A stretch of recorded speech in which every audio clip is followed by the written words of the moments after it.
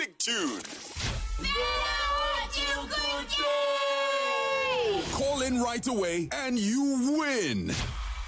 It's that easy. Keep listening because the Sig Tune can play anytime. Hot FM at 20. The heat is on. Welcome to Zambia's hottest radio talk show, The Hot Seat, exclusive to Hot FM 87.7. All right, it's a lovely Thursday morning. We'd like to welcome you to The Hot Seat this lovely Thursday. I'm your host. My name is Peter Zulu. And this morning, we are delighted to have the company of the Citizens First President, Mr. Harry KALABA, joins us on the Hot Seat this morning. We're live on multiple platforms. We're live on Canela FM in Lundazi on 97.7 FM. We're live in here in Lusaka on Kwitu FM on 93.3 FM. We're also live on DSTV, channel 912 and Go TV, channel 301. You can follow this conversation live on our Facebook page on Hot FM Zambia. We'll be able to put forward some of the questions that you will be posting on our Facebook page to Mr. KALABA as he joins us on the Hot Seat. Good morning and welcome to the Hot Seat. Good morning, PZ, and good morning, our viewers and listeners from wherever you are watching us from. As I have always said when I'm here, it's always a pleasure to be on the Hot Seat. Thank you for having me. So it's a pleasure to have you here, Mr. KALABA. I'd like us to start our conversation today on issues to do with the IMF and the credit facility. What's your stance on Zambia's engagement with the IMF under the current credit facility? Well, I've always said as before that Zambia is endowed with so much as a country. Mm-hmm. And the resources that we have, if they were properly harnessed, if they were properly put to good use, there is no reason for Zambia to even begin getting on the credit facility with the International Monetary Fund. Right now, as you and I are speaking, Zambia is one of the biggest producers of copper in this continent and even in the world. And yet, copper remains an asset which is only contributing about 12% in terms of our GDP. And yet, in terms of exports, 78% of what this country exports is emanating from the mining sector. That is a big problem. There are so many financial seepages that need to be addressed by our government in order to stop this business of being on IMF credit facilities. 61 years after our independence, it is high time that we put our mineral resources into action. We need to begin value addition to our minerals. We need to take stock of where our gold is, because we only talk about copper. We fail to account for gold. We fail to account for emeralds. We fail to account for cobalt in terms of posting that to reflect on the GDP. We intend as Citizens First to make sure that the mining sector, which is a critical component of our economy, begins speaking to the lives of our people. And it should be able to move us away from issues of IMF credit facilities. How come a country as small as Burkina Faso is able to win itself from the IMF credit facilities? Countries like even Nigeria, which should be having its own share of problems, today is saying we are graduating. I think Zambia. Did you think it was a necessary thing to do at the time, seeing the situation we're in, to be on this credit facility? Look, I think it might have been necessary, but I think Zambia now as a country must begin reflecting internally, and heavily so. And I was of the view that the New Dawn government was going to take it upon themselves to ensure that IMF credit facilities are a thing of the past. We cannot remain colonized financially in that regard. We have the resources. All we need is a leadership that is focused, a leadership that is serious, a leadership that says enough is enough. And once you say that, you are going to get yourselves out, because there is no magic that Traore is using in Burkina Faso. What he's only doing is leadership. There is no magic. Is it morally right for you as a leader of a political party who belongs to a country that has a democratic dispensation in place to use Burkina Faso in the decisions made by its president in any sort of conversation? Well, the example might not be palatable, but what has happened is practical. You might say, is it okay for you to use Burkina Faso? But the truth of the matter is, a small country like that, they have managed to do that. Being a democracy does not mean that you should not use your natural resources to the advantage of your people. Being a democracy does not mean that you don't do value addition. Being a democracy does not mean that you close financial seepages, especially in the financial and mining sectors. Being a democracy only tells that we need to organize ourselves better as we choose leaders to rule over us. Leaders that will be inward looking, as opposed to always thinking that it is the outside world that has solutions. 61 years after independence, I think Zambia is mature enough to begin knowing where our gold is, to begin knowing that if we sell our gold and we begin paying off these debts that we have, we are going to win ourselves away from the IMF credit facilities. I am not against the IMF, nor am I against the World Bank facilities. Never. But you see, you must understand the historical perspective of those institutions. The IMF and the World Bank were created after the Second World War, basically to repair economies of Europe so that they can borrow money from those institutions. They put money together, borrow money from those institutions, and then rebuild their economies. After rebuilding their economies, they said, now we don't need this facility. What should we do with this facility? They said we should not dwell with it. Probably we should now be using, we can lend to our poor Africans to get monies from Africa. I think we have got the African Development Bank, we've got the World Bank, we've got the IMF. These institutions are good to be used in the interim for a period of time, not the way Zambia has been on these programs in perpetuity. We need to get out of them, and all we need is courage, determination, and a leadership that is focused, a leadership that knows that Zambia has got enough resources and Zambia can get itself out of this quagmire. And we will do that when we come into government. I want to ask from you, do you believe that, the IMF program is helping or hurt? Is it helping or is it hurting the ordinary Zambian? If it's hurting, what would you propose instead of us having these IMF programs in place? Look, when the IMF, when the UPND came into government, they were given conditionalities that all projects that were about 80%, that were below 80% completion, they needed to stop them. Now, Zambia has got its own challenges here. There are certain projects that might not have been 80% completed. That should have continued going on. That should have been taken on board. But maybe because our colleagues in the UPND are so dependent on what's happening with the IMF, they choose to go on with that program at the expense of what the people need. The ZESCO tariffs today. Look at the ZESCO tariffs. I think there was an insistence from the multilateral institution that we needed to have cost-reflective tariffs that were going to ensure that ZESCO becomes viable as opposed to what it was in the past, and that subsidies are not going to help. But in an economy like this one, and maybe this is why the load shedding has continued in our country, because the UPND is so scared of ending this load shedding because they understand that when the load shedding ends, the Zambian people, the consumers of electricity in this country, will understand how expensive it is to have electricity. But when you have stayed for about the whole day without power and only 2 hours you have power, you think that power is affordable and is manageable. Wait until you have power for 24 hours. Then you know how expensive the tariffs and how high the tariffs are. So we have allowed ourselves to get all those high tariffs. I think that's not the way it ought to be. We need to be considerate of our people. What's the alternative to this IMF program? If it's really hurting our people, what could have you done differently if you were put in that position to make the decision? If I were the president, I would first of all insist on ending the financial seepages in the mining sector.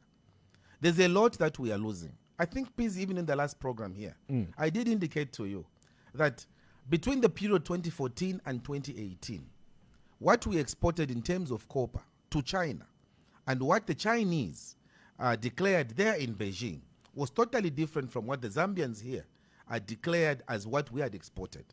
Now, what we exported in 2021 up to 2023 again was at variance with what our people who bought from us are telling us. Where is the problem?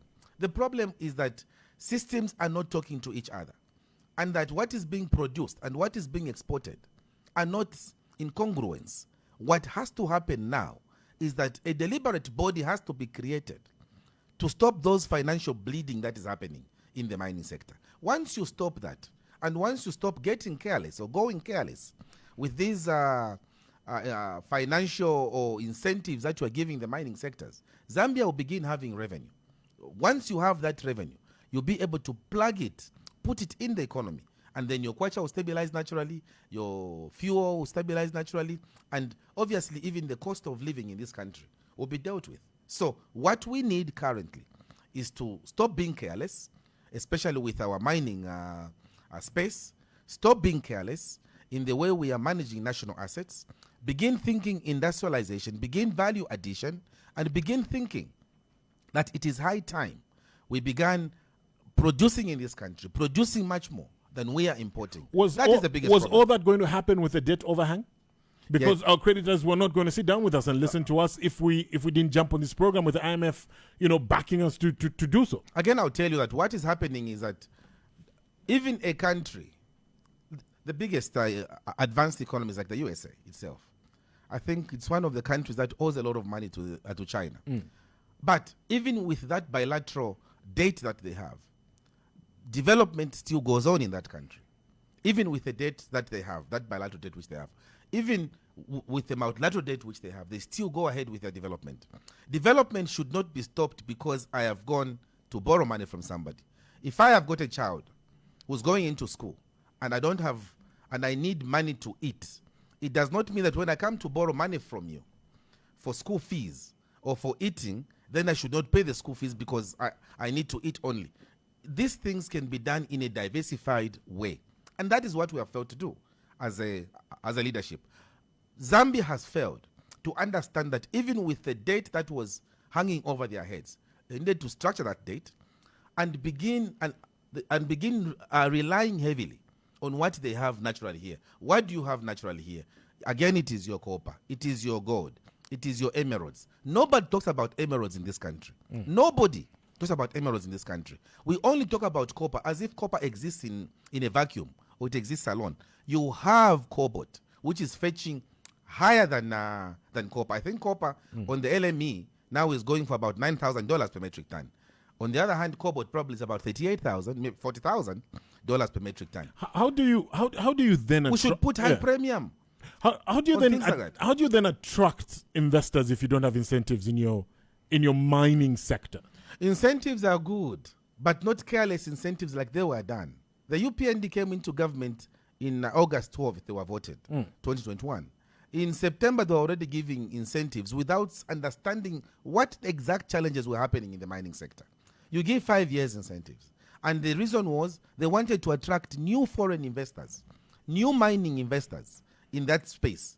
But tell me, how many investors have they attracted, even with all these incentives that they've given? How many investors have come into the Copper Belt or into Solwezi or into Zambia to invest as a result of the incentives that they've given? From where I stand, if there is one, we are lucky. So you're saying all these mines that were being reopened under the new Dawn administration were not attracted by these incentives that are being offered on the table? No.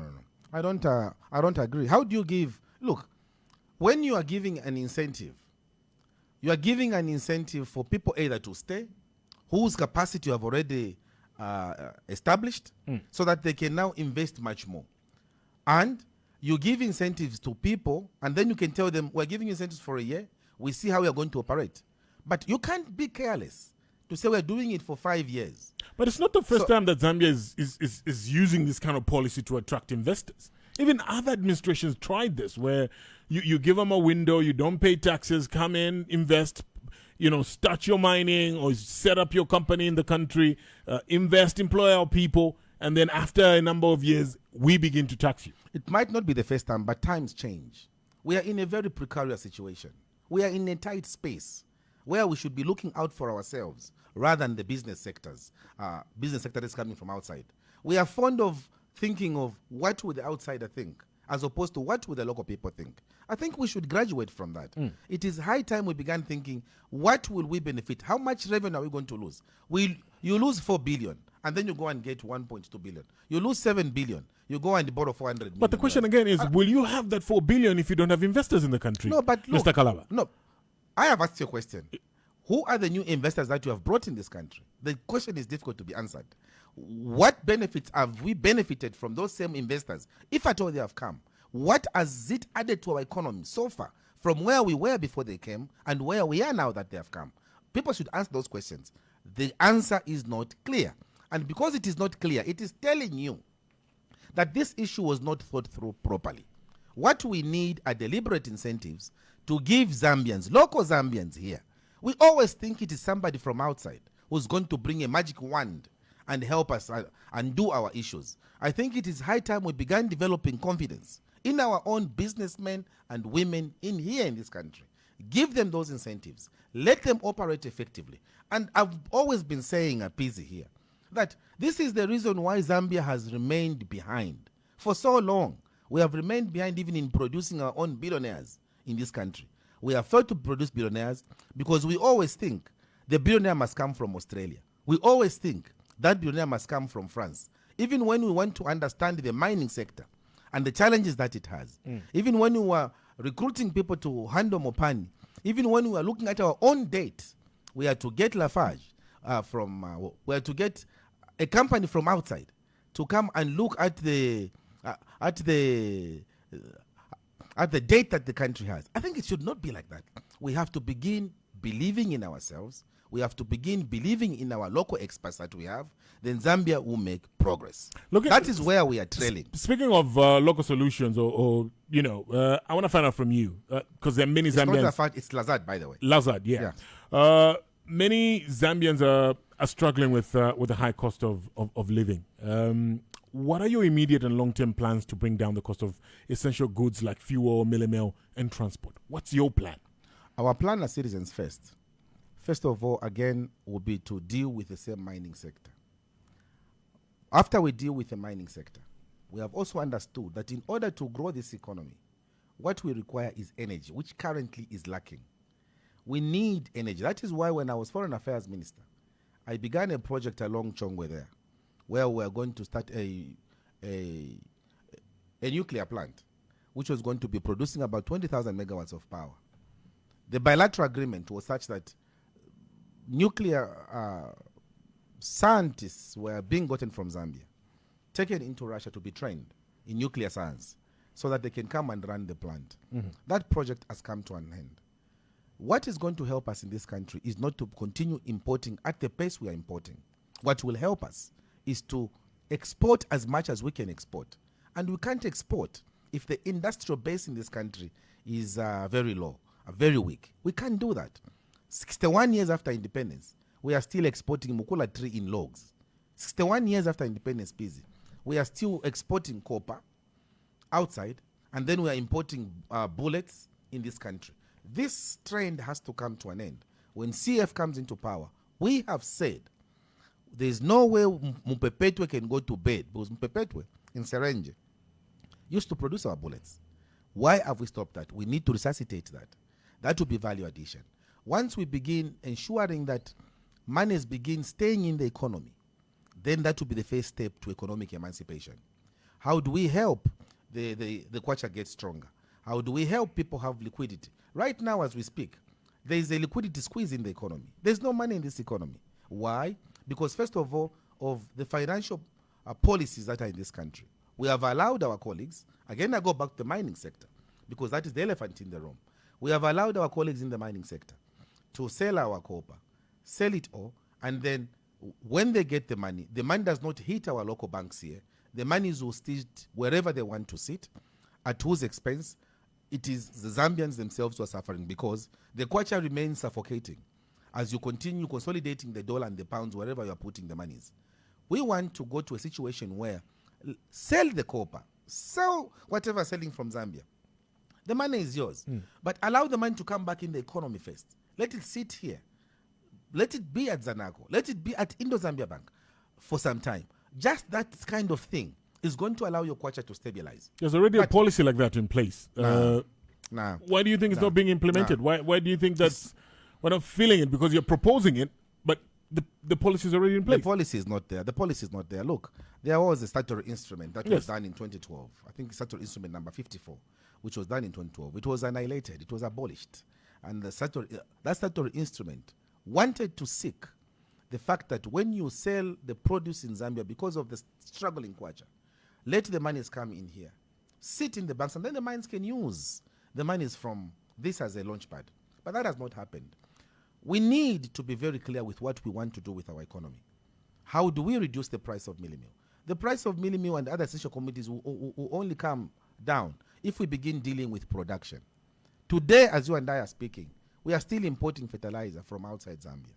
We need to have fertilizer being produced here at a cheaper price so that it reaches our farmers at a cheaper price. And once the farmers can access that commodity easily and cheaply, they will transfer the benefits to the consumers who will be buying mealie meal later on. That is not happening. If you get fertilizer like myself, who doesn't benefit from the social from the fertilizer support program, it means that I have to go and buy it at the market. It's 1,200, 1,300 a bag of urea. And then how many bags will you buy if you're doing 20 hectares of a farm? Huge. Now, that is already making it very expensive. And at the end of the day, the farmer will not want to suffer losses. The farmer will have to pass on the costs to the consumers, who is busy going to buy mealie meal for his family. He has also to participate in the challenges of producing that maize. So we think ourselves, there is no country in the world that does not go and do subsidies with its food. Again, I'm going to put it to you. We need that. I'm going to put. We need to help agriculture grow. Yes, I'm going to go to the subsidies. I want us to discuss more about the subsidies issue and just to hear your stance on subsidies. But just on that policy issue, the policy is in place to make sure that every foreign company that is operating in Zambia has a local account that receives payment before it sends it out. Why aren't we implementing that and making sure that is working? Because it's the same methodology that you're proposing that the Zambian people should endorse and have you in power and have you implement. Why isn't it working now? It's not working because we have got leaders who are already interested in the whole process of... We have businessmen and women who have gone into government to also see where can we also take an advantage. If Dr. Kaunda was behaving the way our colleagues are behaving today, I don't think we would have built the roads that we have built from the mining sector. Monies that were coming from the mining sectors. We built Chingwala, built Chilabombo, built Kalulushi, built so many towns on the copper belt using the resources that were coming from the mines. Today we can only see if it is indeed, and we cannot see where the money is going. That is not right.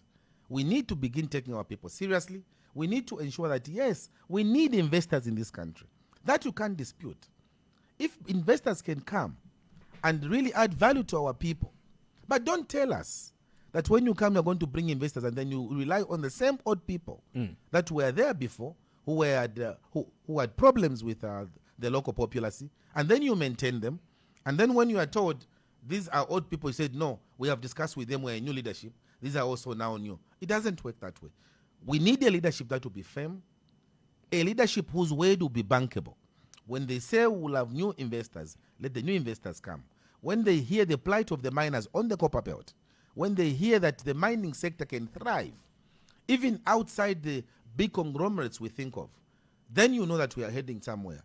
61 years after independence, we are still allowing our Zambians to be constricted to dump sites. I don't think that is right.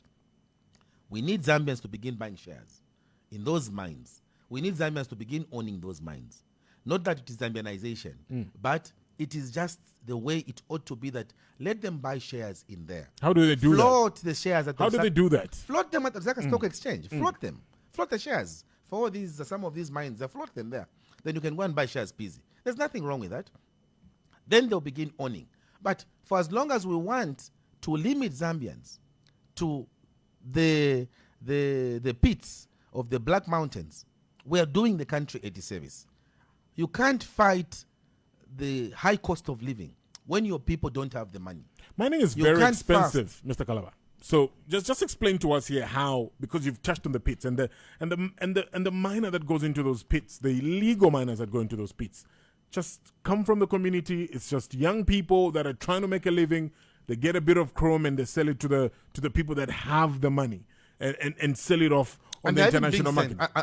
And they're even being sent. Yes. By some of these same... How do then those people that you see in the pits begin to own mines?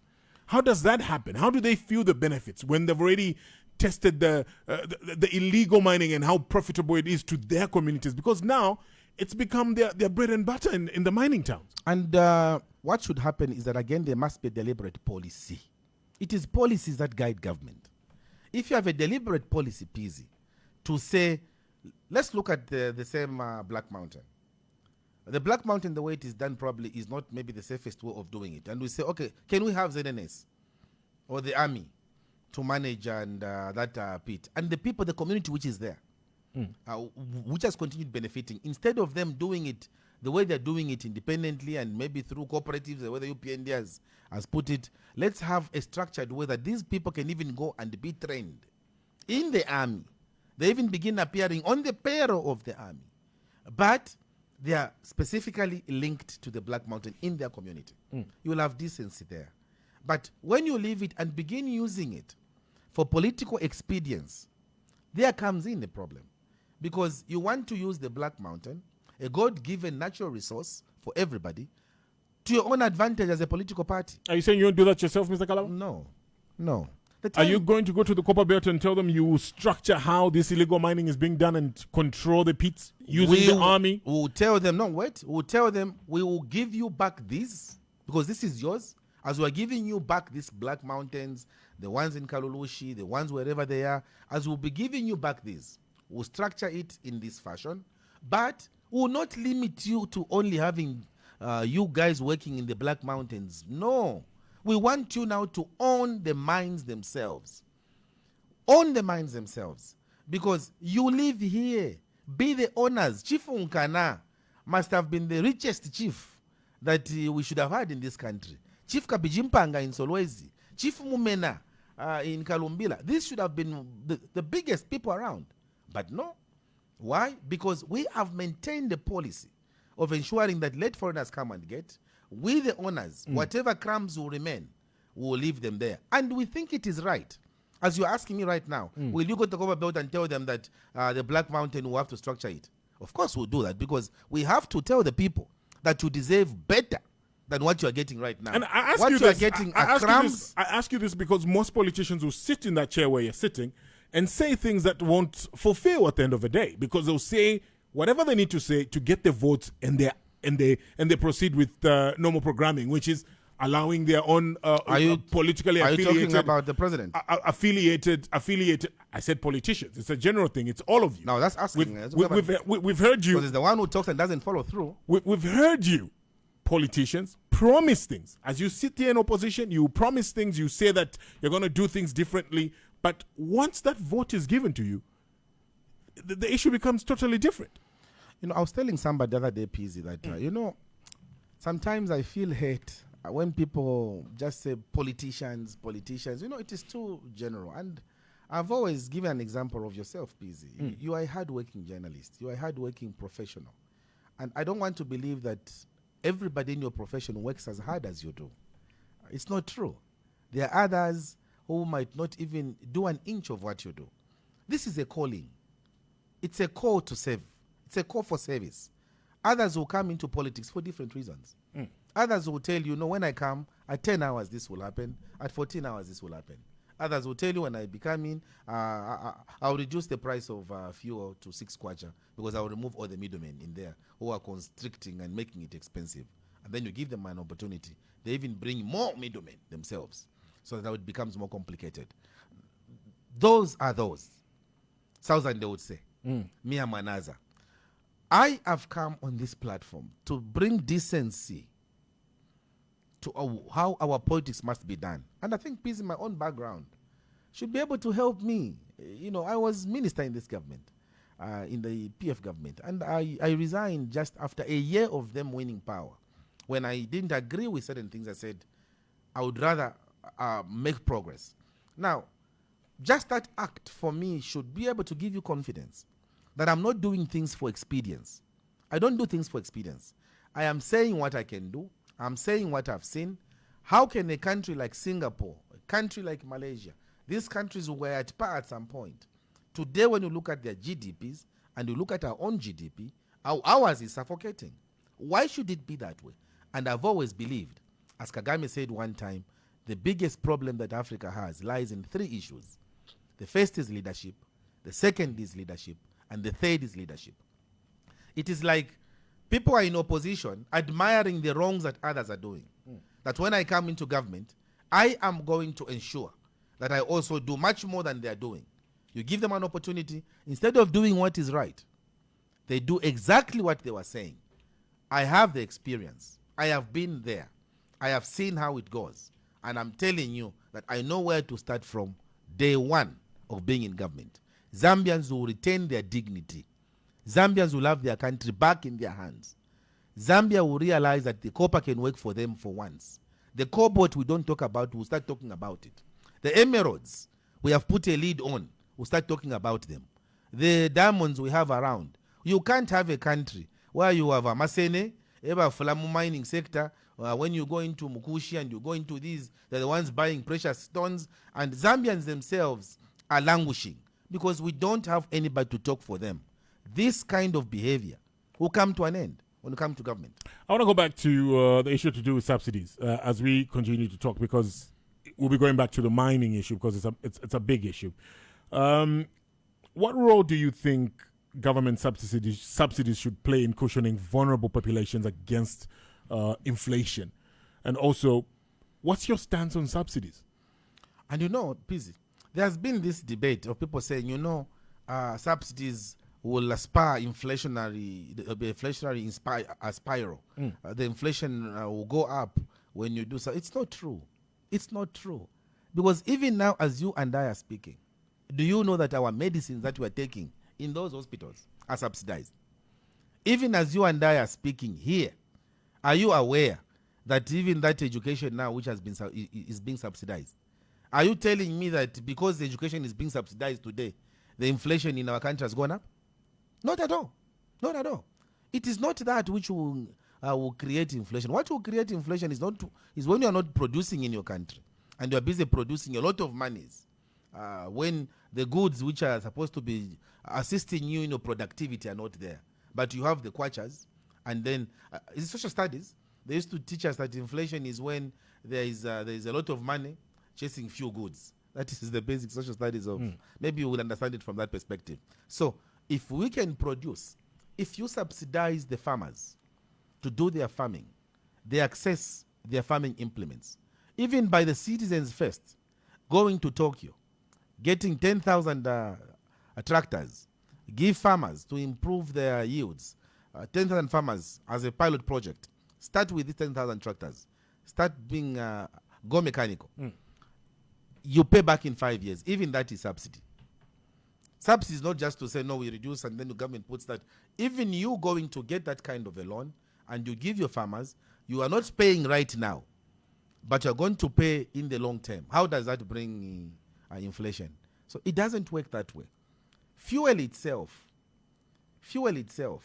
if government is making enough money from the mining sector, you get a bit of money from the mining sector, you put on top of what the actual liters must cost. You know what that happens? You have subsidized. How does that affect your inflation? It will go up. It will not go up because you are still operating within the financial norms. But the problem we have is that our government doesn't have that money because they have given out money they should have used to helping our people in the energy sector. They have overused it. Government's job all over the world, in health, in agriculture, that is where they subsidize heavily. In China, agriculture is heavily subsidized. In the USA, they're subsidizing. There's nothing wrong with subsidies for as long as the subsidies. So you would put back right. Let me put it like in a different way, Mr. KALABA. Would you reintroduce subsidies on fuel and on millimil, as it were, before? Not on millimil per se. Subsidies are going to be introduced in the productive sector of the farming cycle. That we are going to do. When I'm telling you about bringing tractors, farmers, those farmers have 1 hectare and above. What will happen with the fuel? What will happen with the fuel? Are you going to put back subsidies on fuel, or you're going to? What model are you going to use? That will happen automatically. That is coming because what will happen is that we'll start generating after closing the financial seepages that we're having at the mines. That money will save. It will go back to subsidizing our fuel so that we do not experience the fuel as expensive as it is right now. Zambia doesn't produce oil. Zambia is importing oil from outside. Let's be realistic. We are importing oil from outside, and you buy it at market value. When it comes here, It is now up to you to use your local resources. That is why your copper kicks in now. That is why your diamond kicks in now. That is why your emeralds kicking now, to cushion a product that you don't create yourselves. How do you cushion it before you pass it on to your people? It is by prudent use of those minerals, prudent use of those facilities, resources, for you to cushion the livelihoods of your people. Get part of that money and ensure that you stabilize the price of oil wherever it is coming from, so that your people are able to access it at a reasonable price. How would the citizens first ensure energy reliability and reduce dependency on hydro, especially given the issue that we're grappling with of climate change? We experienced a drought last year, and we saw how devastating that was. Pizzy, stop the climate change talk. So, what's your plan? Look, Pizzy, first of all, let's stop the climate change talk. What do you mean when you say that? Because we are in this deficit situation of electricity not because of the drought. We are in this as a result of the fact that government has been careless. They have been selling electricity to countries like Namibia, the DRC Congo, Malawi, and so on and so forth, at the expense of their own people. Once you change this stance, Mr. KALABA, if you become president and there's a drought in the country, now ask you this. Let me give you an example. You're not giving me time to explain. Let me give you an example. President Edgar Lungu, during his time, told the nation, listen, we have a drought here. We have a water situation. We haven't had enough rains. And then, in opposition, President Hakainde Hichilema said, no, he just doesn't know how to manage the situation. We just needed few things. In Saudi Arabia, there's no rains, but they have water, they have electricity. And look at where we are today. He's talking about the same issue, climate change. And I'll ask it to you again. Mr. KALABA, what's your plan with this issue to do with climate change? How will you deal with the issue to do with our energy? Dependency on hydro. What we'll do to move away, first of all, from hydro is 3 issues. The first thing we'll do in order to stabilize the electricity in this country will be to suspend exports. If by the time I'm coming next year, this country will continue being careless in selling power they don't have, the CF government is going to suspend those exports. So you don't believe that this is a cause of climate change and the drought that we want to... Forget that talk. Don't believe that? Forget that talk. Okay. We're going to suspend that.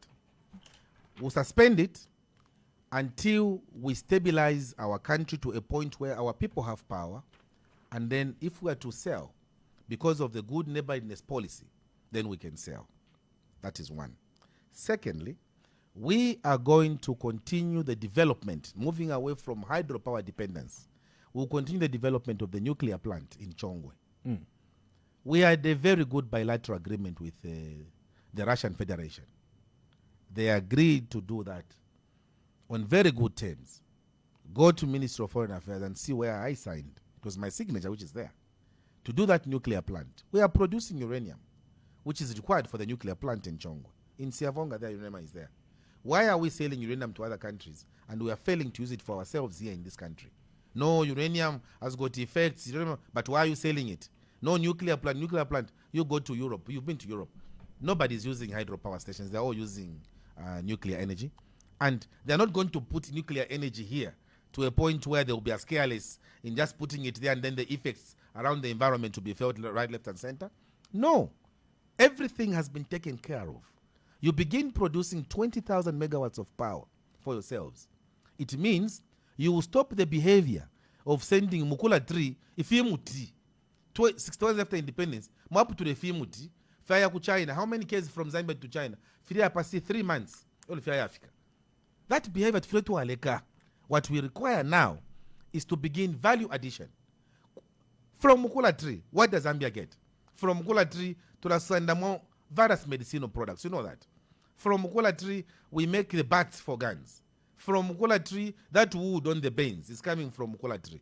From Mukula tree, you make so many artifacts from there. So we begin value addition because you have got the nuclear plant running with 20,000 megawatts of power. You complete that. Once that is completed, Zambia now is open because we are surrounded by 8 countries. We need to begin using the advantage of our proximity in the region. Begin selling to the DRC Congo. So many mines by DRC Congo. We are now giving them 120 megawatts to power their mines there. When we come into government ourselves and we finish the project there, even 5,000 we can sell to them if they need it. Because here in this country, we only use about 2,400 megawatts of power for domestic and for domestic use. The rest, let's sell it. But you're in a 2,000 quarter this year. You are continuing relying on Kariba. No, when you talk about drought, that's why I told you stop talking about drought. When you talk about the drought we're talking about the Kariba. Because the water levels have gone down. The Kariba cannot produce its 1,100 megawatts. Therefore, there's a problem. Why should you be having a problem with only Kariba? Again, we have said ourselves as citizens first. We are going to move away from creating hydropower stations in the northern corridor, in the southern corridor. We begin creating them in the northern corridor because the experts, they have told us, imfula ku southern region no bata ile loka sana as compared kufia mfula ile loka ku northern region. So laba mieba, but you go there and start saying now we have a drought here. Anyway, they told you last year that it will not rain as much in this region. Why don't you start making other plans of, if you like hydro so much, start creating other hydro power stations in the northern circuit. So for us it is as clear as that. We are very clear on how we are going to do this. It is straightforward. We'll also investigate and give chance to small players in the energy space to invest in the energy sector. We want people who can produce 1 megawatt valeshisha kuliba Zesco. They are producing 0.5 valeshisha, 0.3 valeshisha. For us, if you've got many players doing those kind of things, giving them incentives, not incentives, even those players in the energy space, Zambia will be a haven. So I'm not saying things that will not happen. I am saying things that will happen, things that we will do, because we are determined and we are resolved. So, would you consider privatizing part of the energy sector? I know you'd allow other energy players to come in, but I'm talking about, like, let's say, the state-controlled entity like Zesco, or the plant you've been talking about, the nuclear plant you've been talking about. Would you believe in it remaining in state hands entirely, or partly have a PPP kind of arrangement where there's private sector playing a part in the energy sector? The CF government will look at various possibilities before it, taking into consideration that ZESCO as a quasi-government institution was created to ensure that it provides that much-needed service to Zambian populace. I've always said ZESCO was not created to make profit.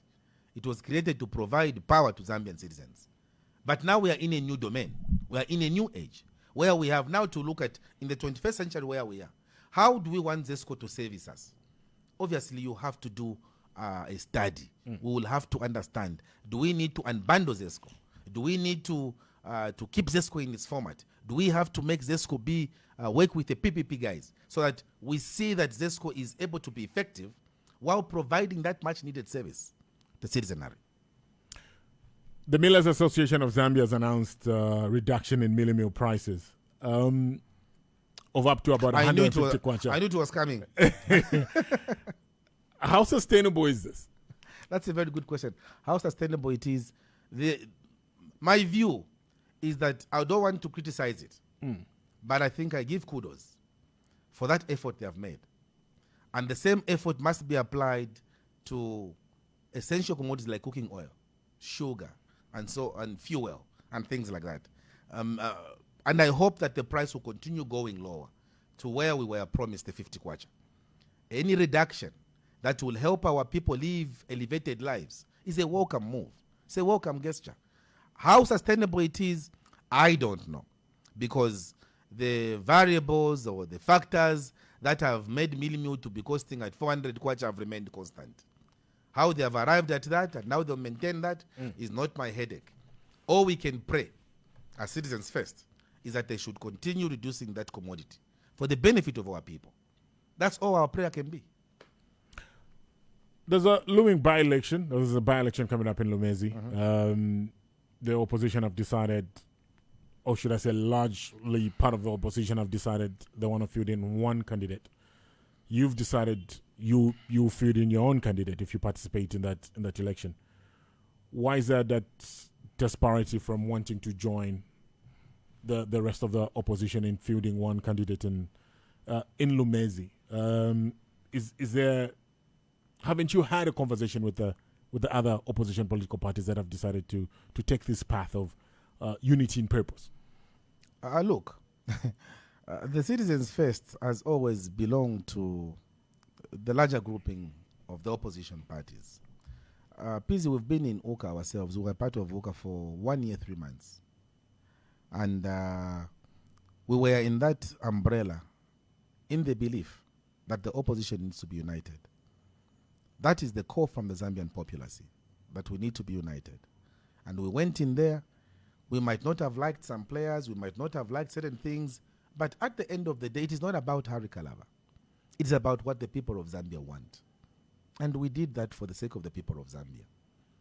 1 year, 3 months down the line, the Central Committee of our party came to realize that probably the growth trunk of our party is not growing as much as it should grow. Remember that the CF is about the youngest party on the block. We are only about 3 years old after we had decimated, you know that, the yes, story, yes. By our colleagues in the UPND. So we had to remake ourselves and be where we are today. And the Central Committee of the Citizens First has decided that we have to, first of all, continue strengthening our own young party. We need that visibility as a party. We need to go in and consolidate ourselves as a party. Even in opposition, don't just go because it's opposition and you have to go in even when you are weak and you forgo your strengths. You go in taking some strengths to a larger grouping. We in the CF are of the view now that we need to get stronger. The elections are coming. In the next, strictly speaking, it's in March that we start having elections, because according to the electoral cycle, our councillors should begin filing in nominations in March next year. So we are taking this process ourselves very seriously. We have heard others have said, no, we should have been together with everybody. Look, on many instances, Pizzi, you know, on many instances, the Citizens First has never been power hungry. What we have done ourselves in Kawambwa, when the by-election fell, we said we are not going to participate. We'll allow Tonse to participate because that candidate was their candidate, Nixon Chilango. Even when others participated, we decided to say we will not participate ourselves. We'll give them a chance to participate. It's okay. The mayoral election in Kawambwa, we again stayed away as Citizens First. Mansawombwe, there was a by-election where the ECZ introduced fictitious rules to disadvantage, particularly the Patriotic Front. And we said, this is not correct, this is not fair. We can't participate in an election like this.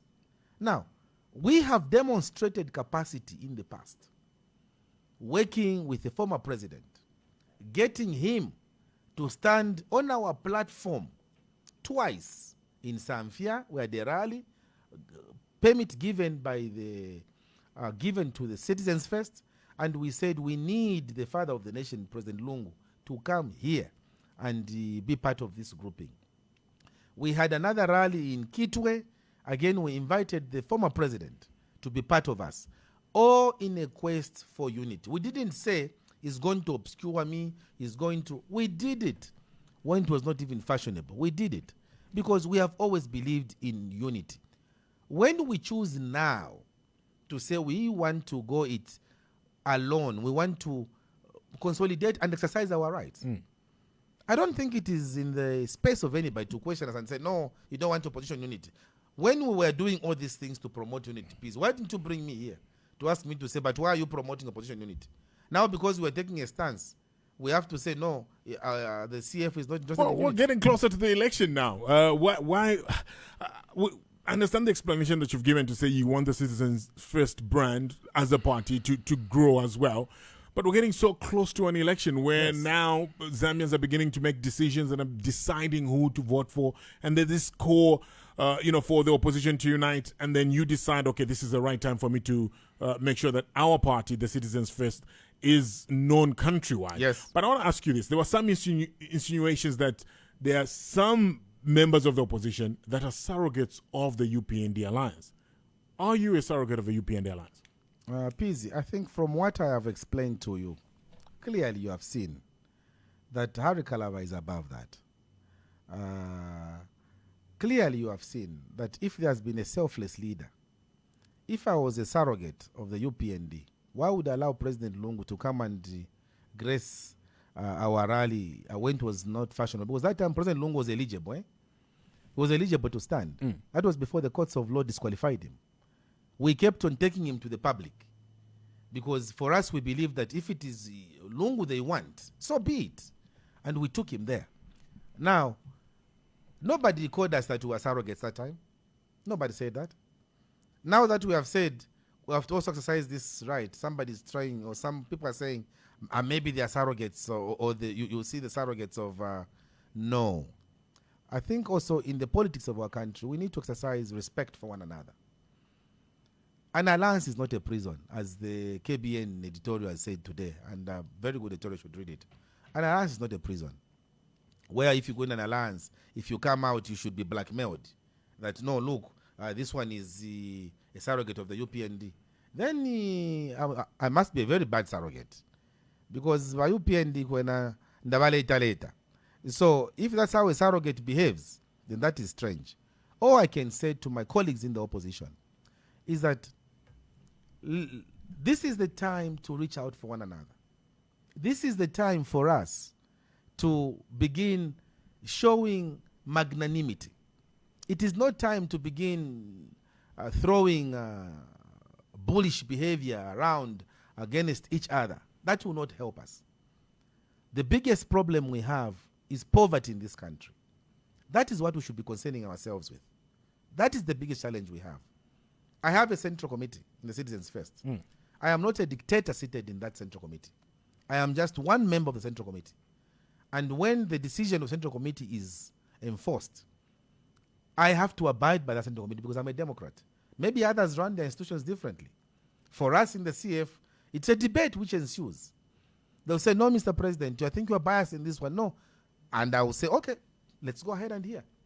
So, the Citizens First remains committed to ensuring that the UPND government is kicked out of power because they have been as careless in running the affairs of the country as they were careless in making the promises that they have failed to fulfill.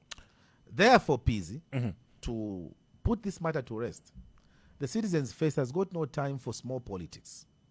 We will not go there in those small politics. We have got a big task. We are going all over this country to ensure that Zambians are given a rightful leadership. We are going all over this country to ensure that we do that which is correct. And if I ask you, Pizzi, there will be some independents standing in Lumezi. They are also surrogates of the UPND. There will be some other parties, I'm sure, standing there. They are also surrogates of the UPND. It doesn't mean that when you don't agree with 2-3 political parties, then you are a surrogate. I think let's exercise respect amongst ourselves in the opposition for the opposition to grow. That's what Zambians want us to do, not bullying one another. It's not going to help us. Are you open to electoral reforms that prevent unnecessary by-elections triggered by resignations and defections?